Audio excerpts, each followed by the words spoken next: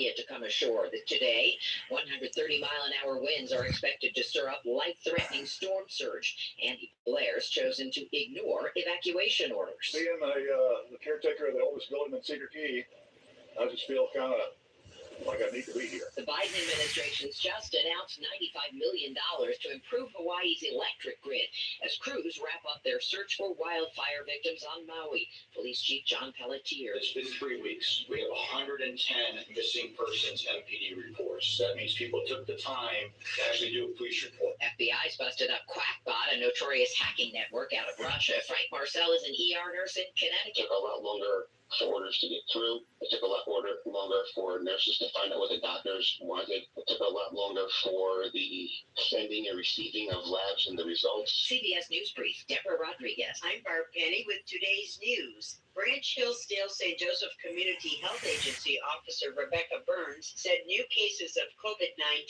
are on the rise. During the health agency's board meeting last week, Burns said the first U.S. case of a new variant was reported from a sample collected August 3rd by a lab at the University of Michigan. The adult lived in Washtenaw County and had not traveled outside the country. Reports of positive COVID-19 cases in Michigan are increasing, agency officials said. There are still resources in Michigan for free testing and vaccination. Information is available on the health agency's website. Home tests are rarely reported to public health unless the person seeks treatment or calls for emergency services. Last week in Branch County, 911 dispatched emergency medical services to at least 5 locations in 7 days for adults reported positive for COVID-19 with heart and breathing issues. Through August 22nd, the 7-day average for each of Branch, Hillsdale, and St. Joseph counties was 4 new cases.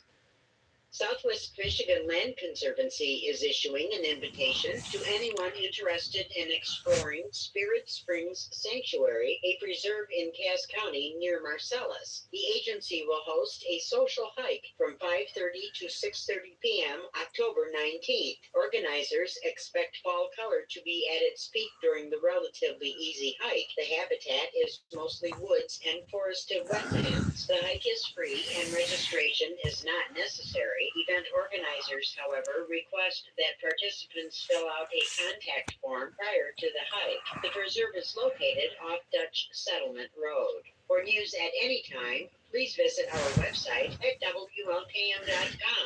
I'm Barb Penny. Here's your updated WRCI forecast. Sunny skies today with a high of 71. North winds 8 to 15 miles an hour. Clear skies again tonight. Low step down to about 46. Clear skies tomorrow, 75. Warmer Friday and Saturday with highs from the low 80s to the mid 80s. I'm weatherology meteorologist Derek Height. Currently, it's 56 degrees.